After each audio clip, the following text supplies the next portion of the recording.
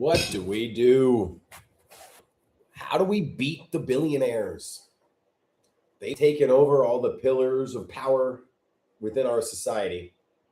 How do we actually beat them, though? That's what we're going to be talking about. What can we actually do to make a difference? Because I think first thing that we all know is that we've got to come together, right? But we've got to come together in the right way. And it can't be groups losing their identity, because that's what draws people to it. It's got to be all of us building a civic force. So we've already partnered with Flair, with No Kings, with many other organizations. And the whole goal is asking, right? What if every protest made the next one stronger? What if the goal of every boycott was to make the next one even more sustainable? We've really got to understand that stop spending at corporations is not possible. The corporations have set up a system that the majority of people have to use corporations, whether it's for their food, their housing, or their healthcare. Corporations control the essentials. And as long as they control the essentials, it doesn't matter how many of us come together. If 50 million, if 100 million people yell on Saturday, but go shop at their stores on Monday, nothing's going to change. And that's sort of the position we've been in. So what we're doing is we are starting to change it. We've got three ways. It's like, really, when it boils down to, there's not a ton of different options. You either put pressure on the current system, do what we can to make them feel our presence. You build community, you build local alternatives in your area, or you spread the word, right?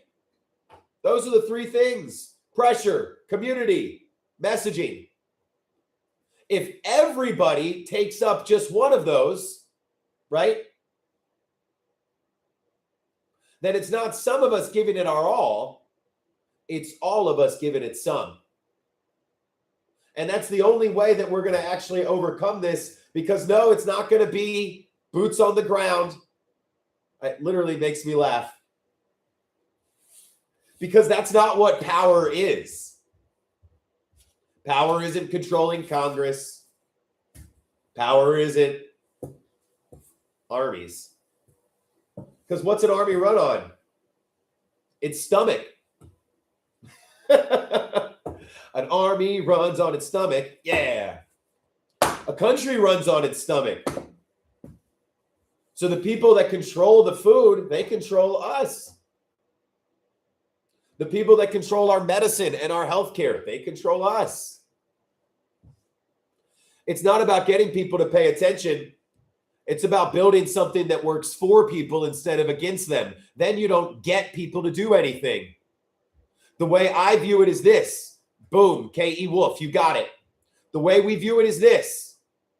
Right now, we're trying to build a car. But everybody in America, they've only ever seen horses. The infrastructure is there for horses. There's horse barns. There's horse roads. So if we just come in and we try to say, cars are better, screw your horses, screw everything you've ever known. Cars are better. And that's what we're doing. Well, we'd get so many pushback. Even if the cars were better for the people, we'd still get pushback from people that don't know anything else, right? Nan, you are all correct. Nan on TikTok, stop working, demand UBI. But we can't just stop dependency, right? That's like telling a kid, hey, 5-year-old, stop being dependent on your parents. They don't have the ability. But that's exactly what we are building, Nan. Stop working would be striking. In order to strike, the majority of Americans need economic independence. We need a way to get our food and our housing and our healthcare outside of corporations. So that's quite literally what we're building, man. And the way that we're going to build that is we're going to use protests as recruiting grounds. That's been the missing link. We've had the pressure. We've had people angry and loud and mad, but we didn't stay connected afterwards. The energy dissipated. Well, moving forward, we have the connective tissue. That is what's been missing. The link between mass action and everyday life. Every single person that leaves a protest should understand this protest doesn't do shit unless I meet 5 people in my area and I stay connected with them. Every person that protests or boycotts needs to understand a boycott will do nothing to a multinational company unless we build something that makes that boycott sustainable forever. What we are doing is we are walking away. That's what it is. We are walking away from a system that doesn't work for us. But right now, we can't walk away. We literally cannot. We are so dependent.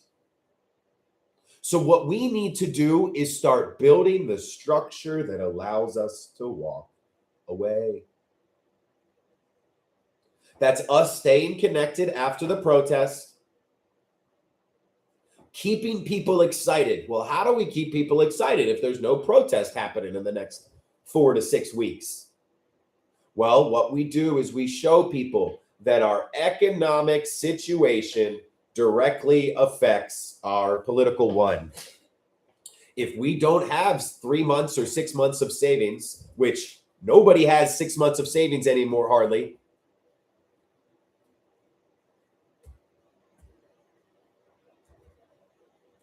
If you got less than 3 months or 6 months of savings, put a me in the chat. Because what that does, well, Wednesday, that's what we are building, is we've got to survive it, right? But what do we have to do is build towards it. So, Rileyable asks on Instagram, what can they do to start their own protests, right? Well, first of all, the goal of the protest shouldn't just be to put pressure. It should have a secondary goal. How do we stay connected?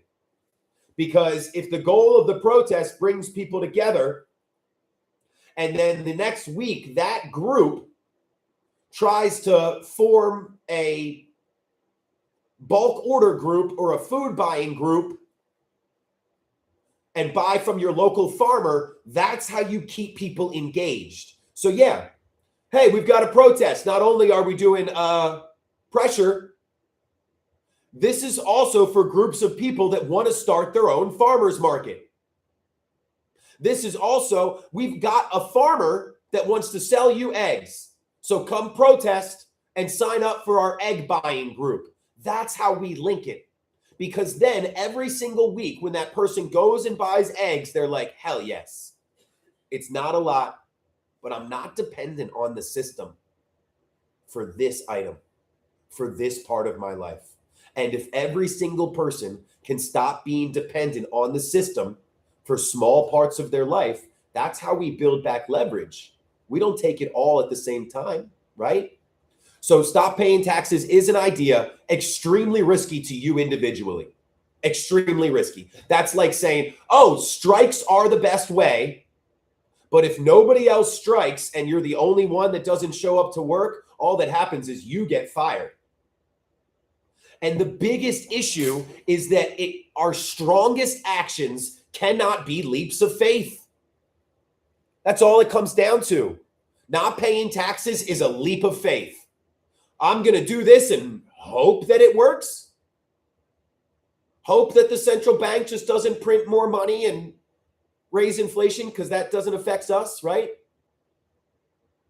What I would more like to see would be the structure built so that any kind of mass action becomes a logical next step, not a leap of faith. Because it's not some of us giving it our all, right? It's got to be all of us giving it some. That's what it is. And so we really invite you to join this community that we are building. The Discord link is in the bio. If you are sick of protests, not following through, if your question is always, what is the goal of this? What is the next step? Yes, we are applying pressure, but what else? That's what we need to say. And the what else needs to be staying connected. That's it. Because staying connected is how we bring more people in, how we spread the word, how shared actions and shared language become shared power. And once we stay connected, we'll do two things. We will map local options in our area. We will find non-corporate options. The only way we can actually get through this is if the corporations are the ones not controlling all of our food. Imagine this. Imagine if we controlled our food. If every single county in America had somebody that was a steward of food. Food steward. Food. Imagine if we had forwards everywhere. That's what it is, right? David, I don't know if you've been here for more than 3 minutes, but we just went over the taxes. So if every single person, every single county had a food steward, what if we controlled our food? Wouldn't that kind of make more sense anyways? We're the ones that eat the food. We're the ones that grow the food. Corporations make all the money off of our food. Food is something everyone needs to live. Why is it that we allow corporations to get rich off of food? It's kind of like charging people for oxygen or water, right? What's so crazy to me is if we say, oh, what happens when corporations start charging you for oxygen? People think that's crazy. But we charge people for water, and that comes out of the sky and out of the earth. Why can't we think that? So T-Bud, that's why protesting, he goes, I want to protest. There's not many places near here. Well, what we were just saying is that protesting is only one aspect of speaking out, changing personal choices, and building alternatives, right? Protesting in your area might be, instead of saying, oh, the government sucks, instead of that, it might be, hey, I'm guessing you might be in a rural area. What if we all bought food from the farmer instead of the grocery store? What if instead of getting our meat from Walmart, I organized all of us to buy a cow from a butcher? And that's a form of protest because people are dropping out of using corporate systems. This group is about building leverage. Leverage is not needing corporations. That's really all it is. If we controlled our food, we wouldn't need corporations and we'd have more leverage. If we controlled our healthcare, we wouldn't need the corporations and we'd have more leverage. So T-Bud, a protest in your area might not look like 1,000 people gathered holding signs. It might look like you getting 10 people to buy their eggs from a local farmer instead of the grocery store. Because what we're really building is a new system that works for people instead of against them. And as soon as we start building something that works for people instead of against people, we will not have to convince them. Back to my car and horse analogy. Those people that pushed against progress and wanted to stay with the horses and what they'd always known, well, I can guarantee it. As soon as that first iron horse rolled by and they realized how much more efficient it is, right? That's when it doesn't take convincing people, right? What it takes is building something that works for people instead of against them. All right, I'll bite for a second. Hopefully you're here in good faith. It is so ridiculous that you think that the only aspect that matters in the economy are the business owners. I could have 10 factories, but unless I have 10,000 workers to run those factories, I cannot build a product. Or to make it more poignant, I cannot deliver 1 million packages in a day. Ha, ha, ha, Amazon.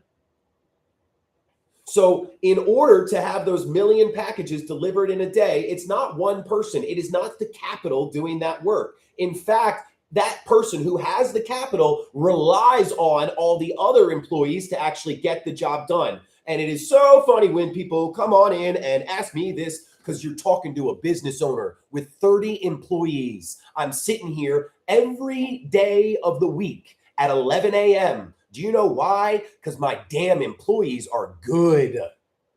I have bought back my time.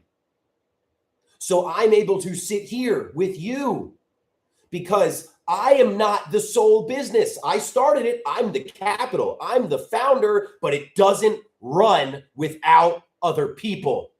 And that's the lie that you've believed, is that you think we ride on the backs of billionaires. Without Elon Musk, we would have nothing. No.